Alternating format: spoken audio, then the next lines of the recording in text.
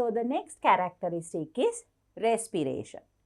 The process by which the stored food is transformed into energy inside the cells is known as cellular respiration. So we say respiration, but under that there is a process that is known as the cellular respiration. What happens during this cellular respiration is that the food that is stored in the body of organisms. It can be the plant or it can be the animals, even us. That is converted to energy inside the cell. And you all know inside what organelle this cellular respiration takes place. What is it? It is inside the mitochondria. That is why we call it the powerhouse of the cell. So during this process, what happens? We have food, let's say in the form of glucose. Now for this respiration to happen, can we see this respiration happening? No, because it is taking place inside the cell. But we know organisms respire. How? From the inspiration and expiration process. So during inspiration, what do we take in? We take or inhale oxygen. This is by inspiration. So during inspiration, organisms inhale oxygen. This oxygen reacts with glucose and forms what? Forms energy or releases energy. Now this is why we need to have cellular respiration, and this takes place inside the cell. In addition to this, there is carbon dioxide,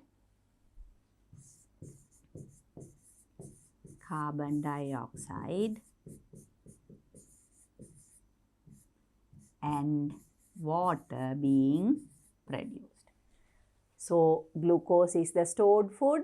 It reacts with oxygen, releases energy. In addition to that, carbon dioxide and water are produced. So this is inspiration. Then during expiration, carbon dioxide is released. So both these processes together is known as or is seen as respiration. Now we see people inhaling and exhaling. You know that you inhale and exhale. You look at an animal, a mammal like a dog or a cat, you can see the movement of the abdomen and the chest cavity. So you all know those organisms are respiring. They are inhaling and exhaling. So this is the visible part of the respiration or respiration that can be observed. That also in some animals only. Say you take the fish, they obtain oxygen from water. Can you see that happening? No. Other animals like worms, they also respire, but this respiration occurs through the moist skin. So it is by diffusion. You can't see the respiratory movements. So here you can observe the respiration in some organisms as the respiratory movements. So for that we need food, that is glucose. We need to take in oxygen, energy is produced, and carbon dioxide and water are released. So that is the main substance that need energy, but carbon dioxide and water are the byproducts. So now we will see, in order to observe that organisms are undergoing respiration or they show respiration, we can try to do an activity to observe that oxygen is inhaled during respiration and carbon dioxide and water can be evolved during inspiration. So mainly we will be testing for carbon dioxide, but there are methods of identifying that water is also given out during expiration. So with that, I will move on to the next slide where we discuss this activity experiment to show the release of carbon dioxide during respiration. So for that, we need all these materials. We actually need 5 bottles. 5 bottles with stopper. Stopper or cork like this. The bottles have to be identical and they are usually thick bottles.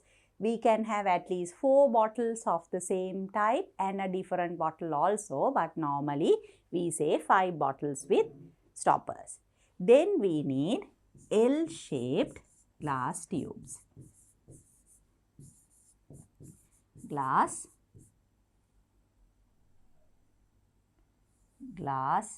tube. Here we need to have a tap. We need a frog because we are going to observe the respiration shown by a living organism. So it can be a frog or it can be a rat because those are the organisms that can be taken inside a bottle like this. If we don't have these two organisms, animals, a frog or a rat, then we can use germinating seeds. It can be germinating green gram, paddy or maize. You know what maize is. Maize is corn. So it can be germinating green gram seeds, germinating paddy seeds or germinating maize seed. Here students, remember when you are writing it, you have to say germinating because just the seed does not respire.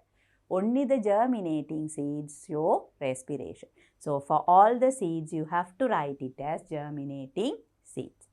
In addition to that, we need to have potassium hydroxide.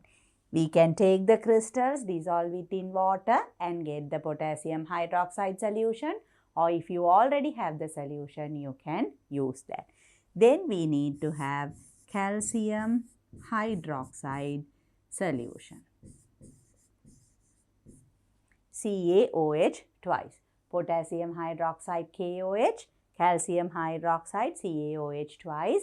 Another name for calcium hydroxide is lime water. And this lime water has to be clear lime water. So these are the materials. We need 5 bottles with stoppers. We need L-shaped glass tubes. And then the tap is needed, a frog or a rat or the germinating seeds. Then we need potassium hydroxide solution and clear lime water solution. So that is calcium hydroxide aqueous. Now I will discuss the method. Now this is what you need to do.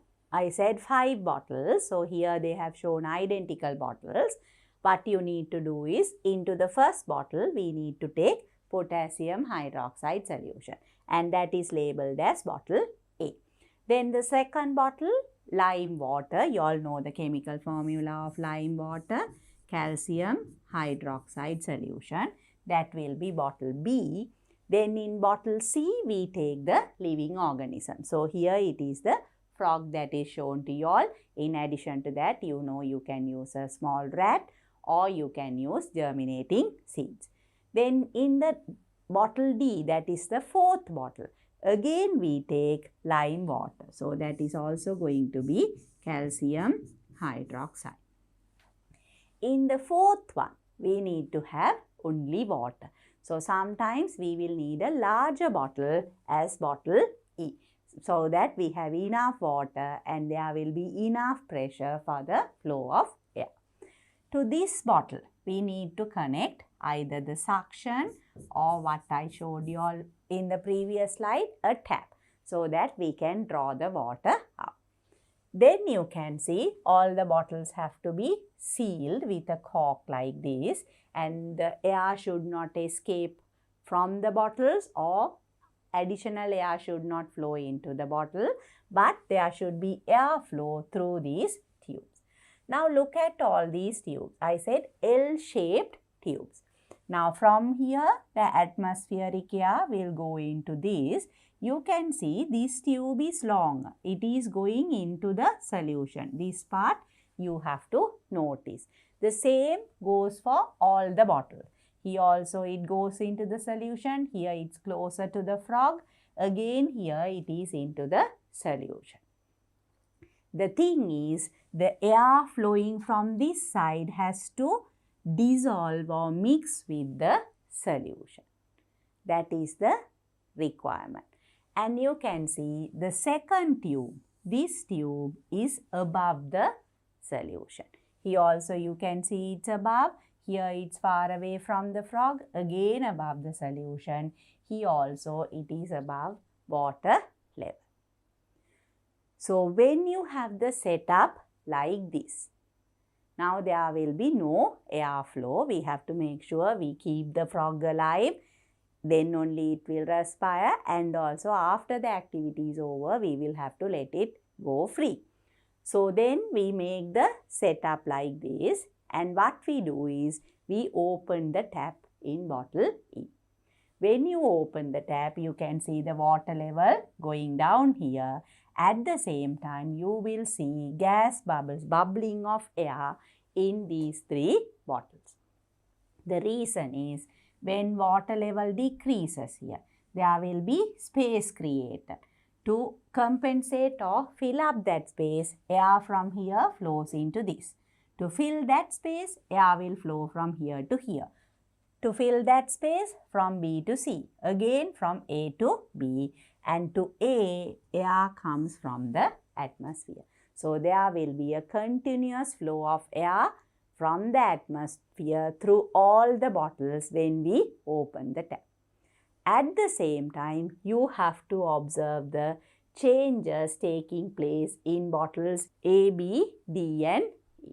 That is what you need to observe. So what do we need to do here? We prepare the setup, or I can say connect the setup. Connect the apparatus as shown. Then you need to open the tap.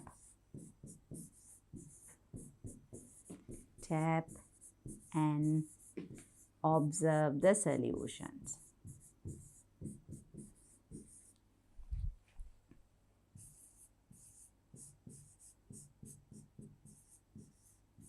So that is what you have to do. You have to connect the apparatus like this, all the bottles. Then when you open the tap, you have to observe what happened. Is that clear to you all?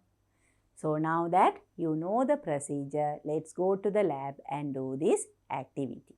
So now we are going to do this activity to observe that carbon dioxide is released during respiration. To do the respiration, I have a frog here. So you can see it's a live frog. So I will have to transfer the frog into this bottle just before I start the activity, because there are holes here, so the frog will be fine and alive. So you all know, students, here we have 5 bottles including this large bottle. First one, bottle A, contains potassium hydroxide. You all know the purpose. It is to absorb carbon dioxide that is present in atmospheric air.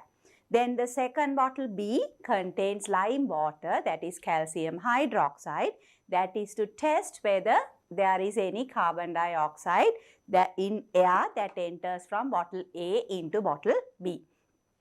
Then we have bottle C, where we put the or keep the frog. Instead of the frog, you all know what we can replace it with. We can use a small rat, or we can use germinating green gram seeds. So those are the organisms that will respire. Again, inside bottle D, we have calcium hydroxide, that's lime water.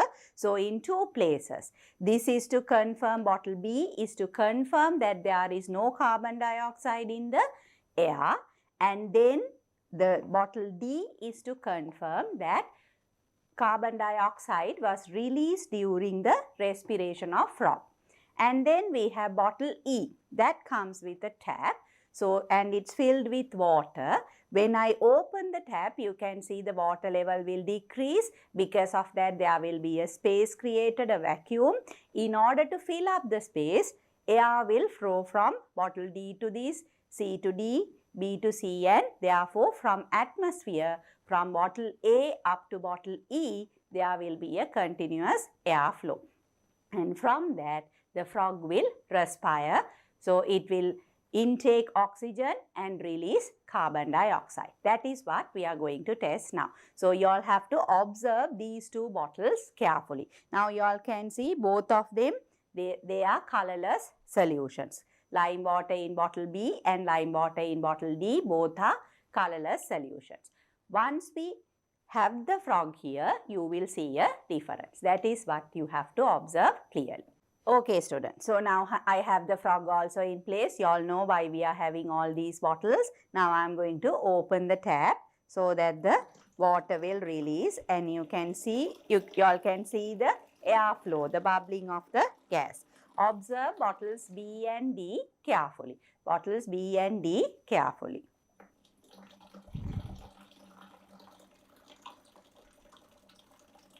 You also can see the frog breathing.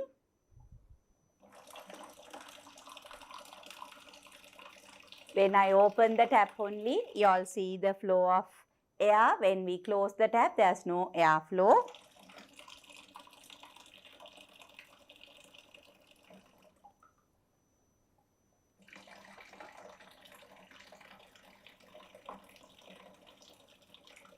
Here you can see, students, there is no color change. Here you might observe a slight color change. You know what the color change is. Clear solution to a milky solution.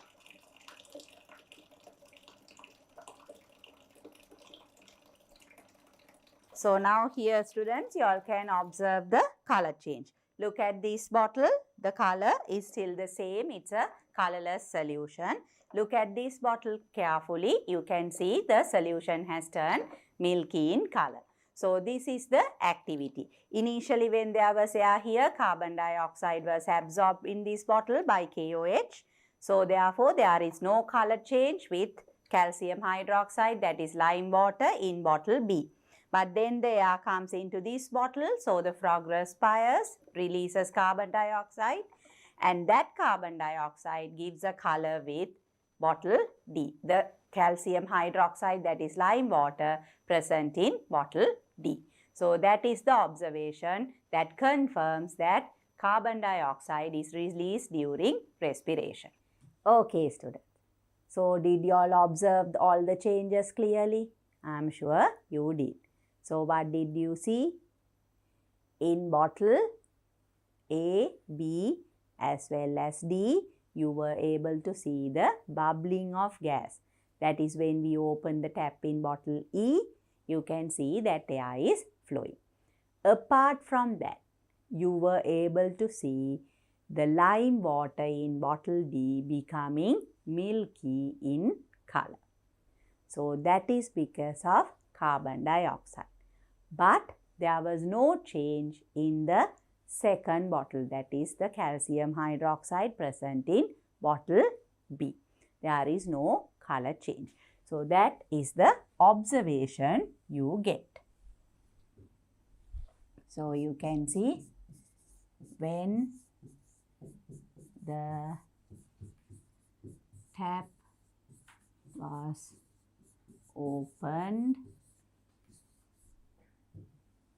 you can see water level decreases in E. Then you can see in bottle D, calcium hydroxide turns, that is, we can say lime water,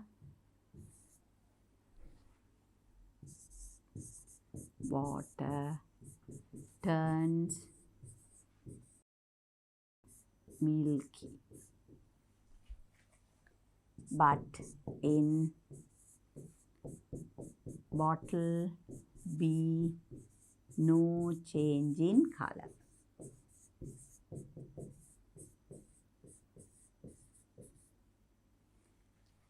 So those are the things that you were able to observe. When you open the tap, you can see the water level decreasing in bottle E, and in bottle B and D there is lime water, but you can see a color change, that is the colorless lime water becomes milky in color only in bottle D, but not in bottle B.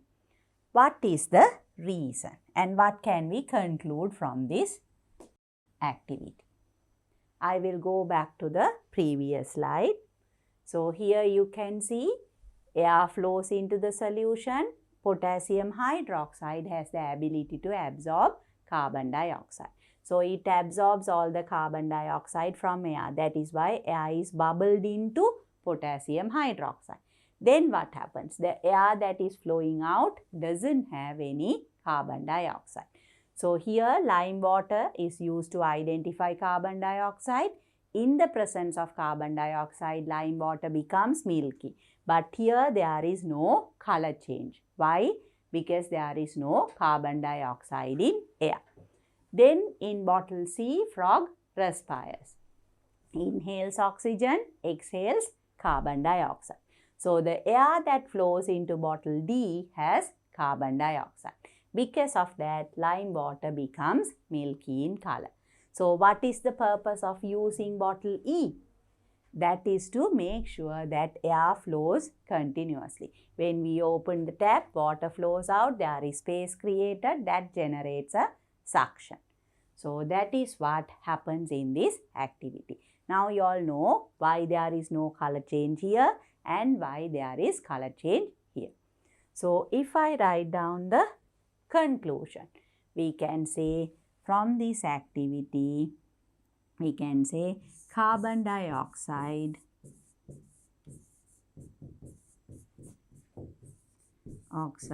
is released during respiration.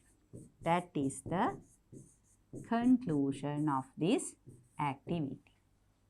Is that clear to you all, students? But you all have to understand why we use all the other bottles. So if I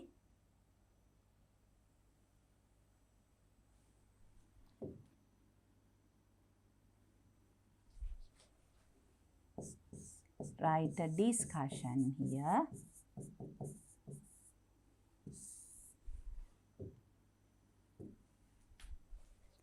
So KOH absorbs CO2 from atmospheric air.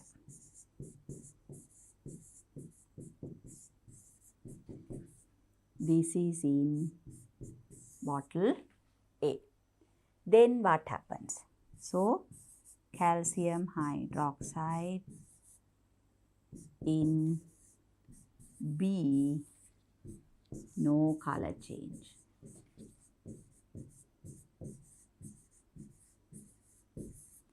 So this actually confirms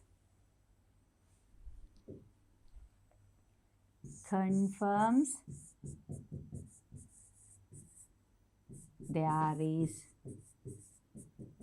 no CO2 in inhaled air. Then what happens? The frog inhales oxygen and exhales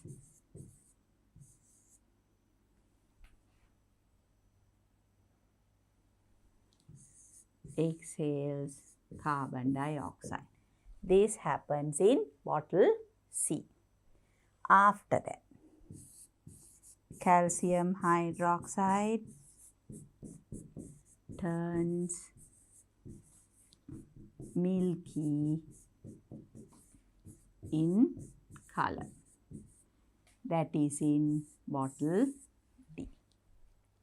So that confirms the frog exhaled carbon dioxide. So here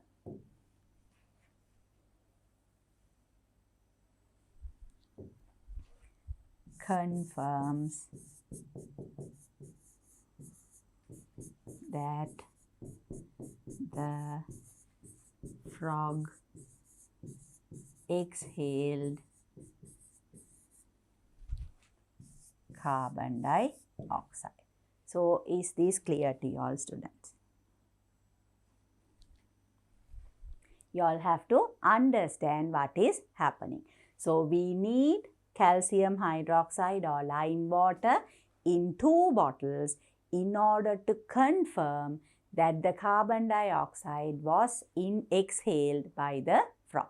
So here we have to confirm that there is no carbon dioxide in air. After the frog respires, inhales oxygen and exhales carbon dioxide, we can confirm that the carbon dioxide was exhaled by the frog. So that is the activity to observe or to demonstrate that carbon dioxide is released during this activity. With the same procedure, we can also include another material. We can include copper sulfate. You all know, students, anhydrous copper sulfate. Now that can be an addition there. Additional step we can use.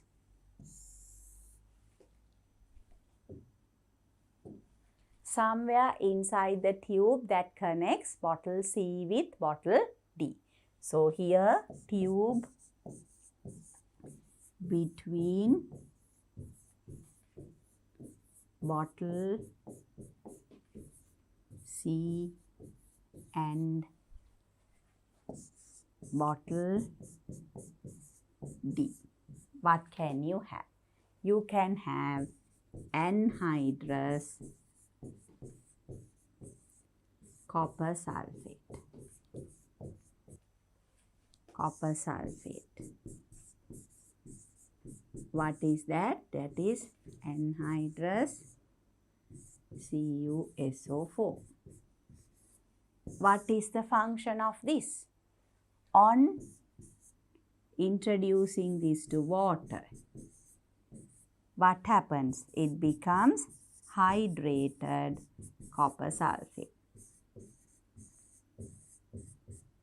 Now the anhydrous copper sulfate is white in color. This is white in color, and when you put water, it turns blue in color. So on becoming hydrated, it turns blue. So if we take a small amount of anhydrous copper sulfate inside that glass tube there, when frog exhales, there is water vapor. That can turn the anhydrous copper sulfate to hydrated copper sulfate. So the white color powder will become blue in color. So that is an additional thing you can do in this setup. In addition to that, there is one more. You can also have a similar setup simultaneously without the frog in order to confirm that the frog exhaled carbon dioxide. So that can be done as a control experiment.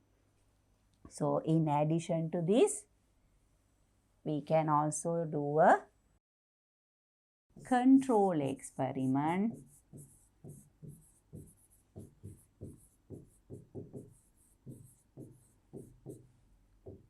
there. We can use similar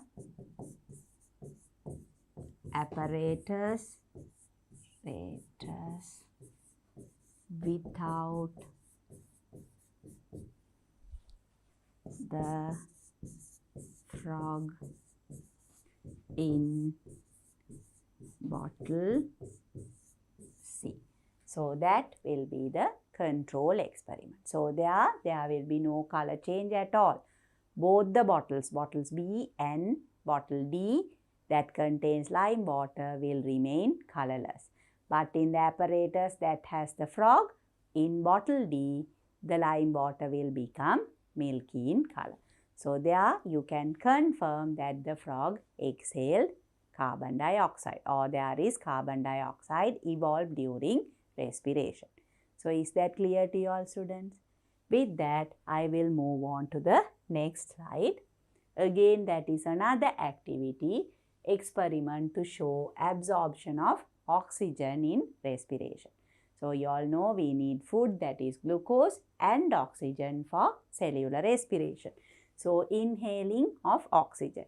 For that, we need germinating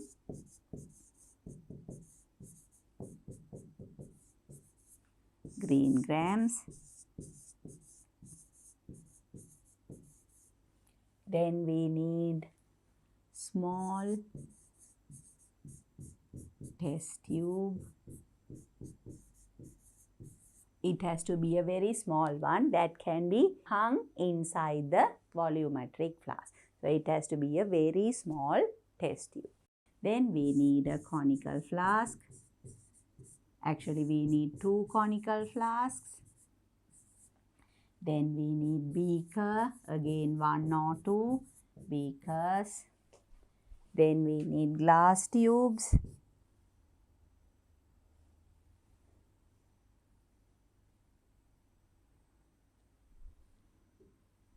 We need glass tubes. We need colored water.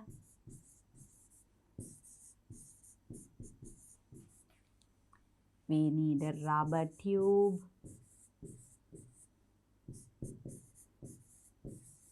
And we need a thread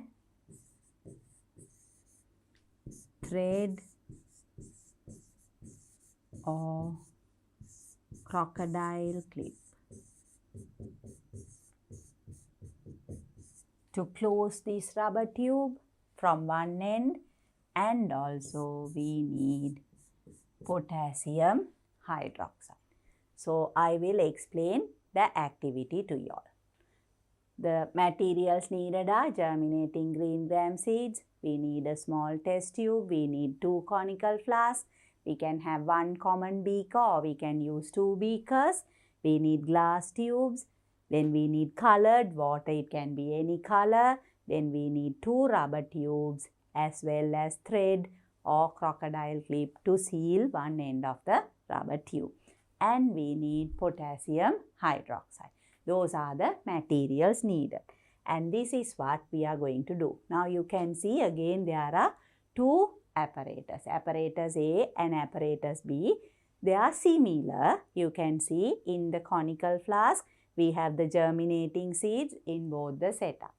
Then we need to have a stopper there, and a rubber tube is connected here, that is seen in both the apparatus. Then we have this glass tube going into a beaker containing colored water. Same here. Only difference is in one apparatus, that is apparatus A, we have the small test tube containing potassium hydroxide. So what we do is we tie this potassium hydroxide to this cork and we put it in, and we make sure everything is airtight. To make it airtight, you can put Vaseline between the conical flask and the stopper, and also add these around this glass tube so that air doesn't go out or come in. It's all airtight. But this rubber tube has to be initially open. So what we do is we have the rubber tube, glass tube, everything connected to the stopper, and also the small test tube containing KOH tied to the stopper. We close the conical flask. When you close it, there is air inside the conical flask. If everything is closed, there can be a pressure developing inside the conical flask. But when this rubber tube is open, air will go out and the pressure will be released. So only the air that can be contained inside will be there. The pressure will be balanced. After that, we tie this. You can see here it's tied, or you can put a crocodile clip and seal the rubber tube. After that, if you observe, you can see what happens in this glass tube.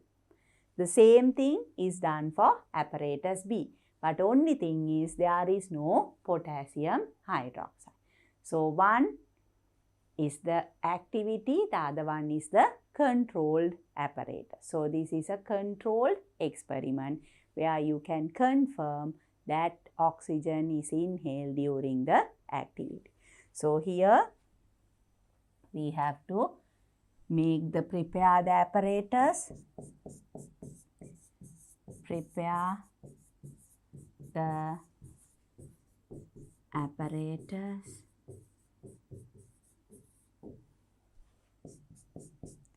after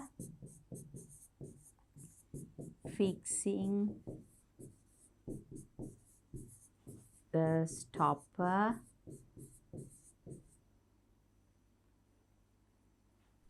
the rubber tube needs to be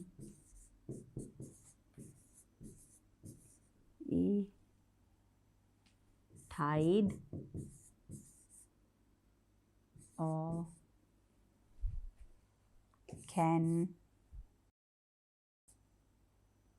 put a crocodile clip. Then you need to observe. So do you all understand the procedure clearly? Now that you do, we will do the activity in the lab. So now we are going to do this activity to demonstrate that oxygen is inhaled during respiration. So to do that, I have two conical flasks, similar conical flasks. Inside that, we have the same amount of germinating green gram seeds. So you all can see the sprouts coming out in both of the containers. And here I have the cork with two tubes, glass tubes inserted. One is connected with a rubber tube. Now the purpose of this rubber tube is that when I fix this to the conical flask, so what will happen is, now before I fix, I will show you all, it's only the two tubes that are there. There is no other container there. So when I fix it like this, there is lot of air inside. The air can escape through this rubber tube. And once we fix it and make it airtight here at this point, we have to fold this tube and we can either tie it very tightly with a thread, or else we can put this crocodile clip so that it is airtight. At the same time, I have the other setup, same thing, but here you can see, students, inside this small test tube, I have taken a little volume of potassium hydroxide. You all know the purpose of using potassium hydroxide. What is it? Potassium hydroxide absorbs KOH. So that additional test tube, small test tube with KOH is there in this setup. The same purpose, the glass tube connected with rubber tube, so that when we fix it tightly here, air can flow out. So the pressure will be balanced inside both of the conical flasks. And after that, we will have to fold this and tighten it, so that after this point, when the setup is going to be observed, there is no air flow inside. So now you can see I have the colored water in both the beakers. That is to make the observation clear. When the liquid, the water, rises up in one of the tubes, you can see it very clearly. So this is the setup. Now we will observe it. So now observe both the tubes. Here also you will see a slight rise, but it will not rise any further. That is due to the nature of water, it rises up a little bit into the glass tube. In both, now you can see the water levels inside the glass tubes are almost the same. Observe the setup carefully. So here you know students, in this we get the carbon dioxide absorbed by potassium hydroxide, and we assume that the amount of carbon dioxide inside the conical flask, the air that is inside the conical flask has carbon dioxide, but that volume is negligible.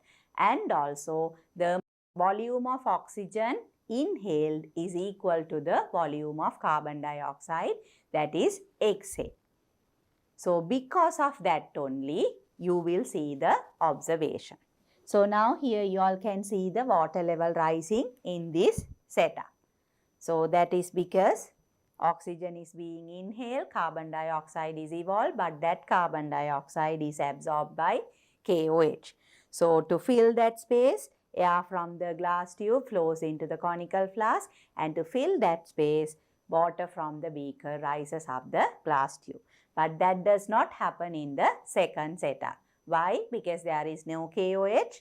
The volume of oxygen that is inhaled is equal to the volume of carbon dioxide that is exhaled. So there is no space available for the colored water to rise up. So here now you can see students, as I speak even, you can see the rising up of the colored water.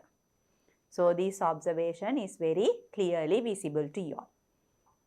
So you can see now the colored water level has risen up to somewhere here. So from this activity, what can you all conclude? We can conclude that oxygen is used for respiration, or oxygen is inhaled during respiration. So you all can clearly see the observations, the difference in the two setups. Okay students, so you saw what happened in the lab. You were able to observe clearly the rising of the colored water in apparatus A. But in apparatus B, there was no change, and I explain why. So first, the observation. Here you can see colored water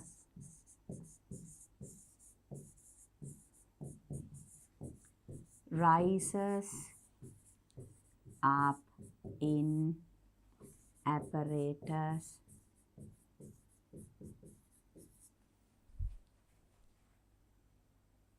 A. No change in apparatus B. So now we all know why we used colored water, so that it can be clearly observed. The rising of the water level can be clearly seen when we use colored water. So what can we conclude from this? Now in this, the germinating seeds inhale oxygen, they exhale carbon dioxide, but the carbon dioxide is absorbed by potassium hydroxide. So because of that, there is space, there is a small volume that is becoming space there because the carbon dioxide is absorbed. To fill that space, air from the tube flows into the conical flask, and to fill that space, water rises along the glass tube. But in this, there is no potassium hydroxide. So the germinating seeds inhale oxygen, exhale carbon dioxide.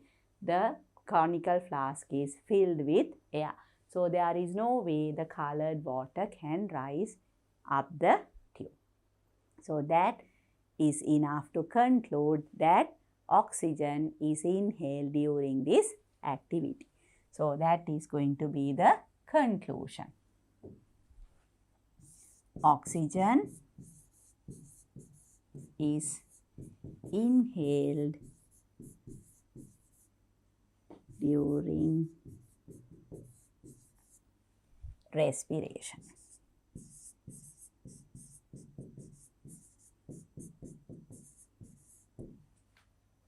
So is that okay, students? But in addition to this, you have to remember some of the considerations, or what are the things that you need to consider in this activity. One thing, you need to know the function of potassium hydroxide. Why we use potassium hydroxide? To absorb the carbon dioxide that is released during respiration. Then why do we need colored water? So that we can see the change rising of the water clearly when it is colored. And also there are assumptions. Now I will move on to the next slide. There are two assumptions. One assumption is that the volume of carbon dioxide in the flask is negligible because there is air in both the volume conical flask, but the carbon dioxide that is present in air is negligible when compared to the carbon dioxide that is released by the frog. So, in respiration, absorbed volume of CO2 is equal to the released volume of CO2. This is very, very important. If we don't take this assumption, then it is difficult to explain the observation. So, since the volume of oxygen inhaled and the carbon dioxide exhaled are equal only, you can see the rising of water level in the tube.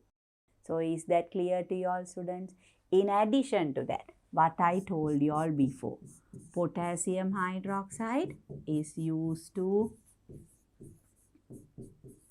absorb CO2, and also it is easy to observe the water rising in the tube when it is colored. So, those are the things that you have to remember related to this activity. So, I am sure you all understood the activity clearly. So, now you all know what respiration is. We inhale and exhale. In some animals, it can be observed. In some animals, you cannot observe. But by doing the two activities, we can confirm that during respiration, carbon dioxide is evolved. That is the first activity. And now we did the activity to show that oxygen is inhaled during respiration. So, with that, I will move on to the next slide. Observe the respiratory movements and associated movements of organisms given below and write a report on your observation. So, this is something that you all have to do, students.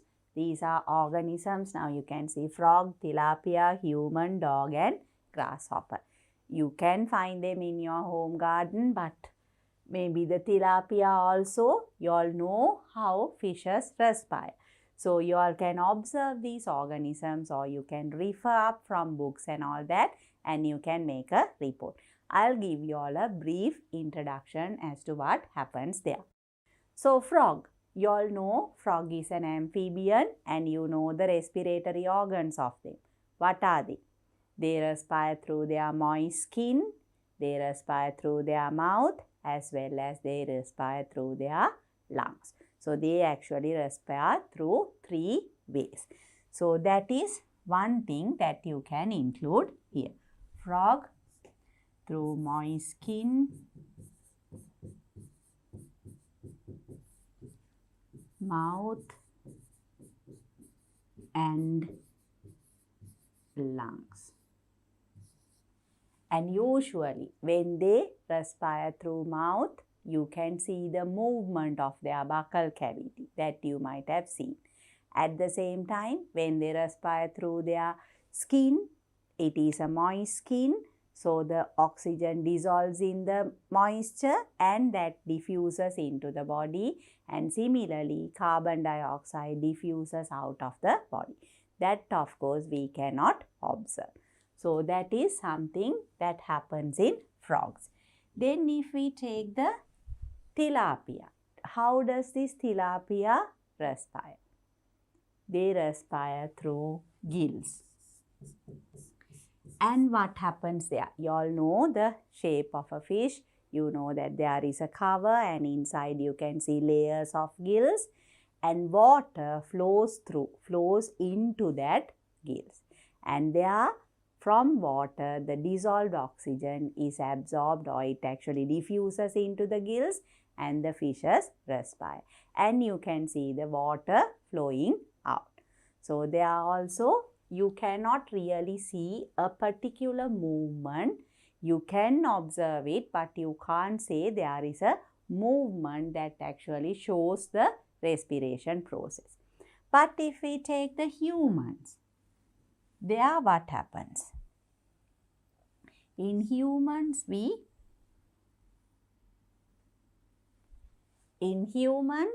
respire through lungs, and same goes for dogs. So because we are all mammals, humans and dogs, we are mammals, we respire through lungs. How is air inhaled? Through the nostrils. You all know it goes into the respiratory system, and there are the lungs. So you can see the movement. Here it can be observed. So the external movement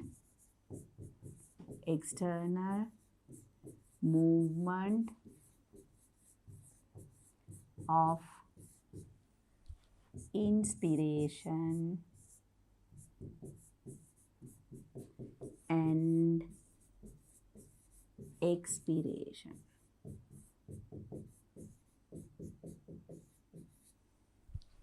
Can be observed.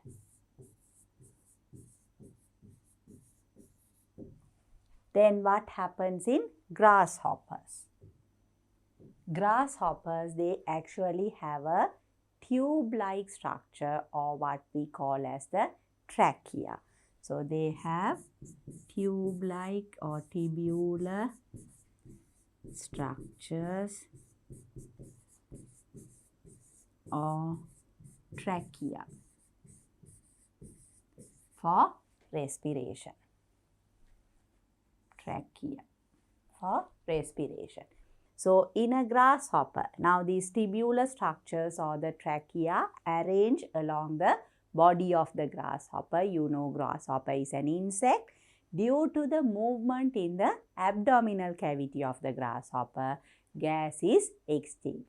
But this movement is not very visible like in mammals.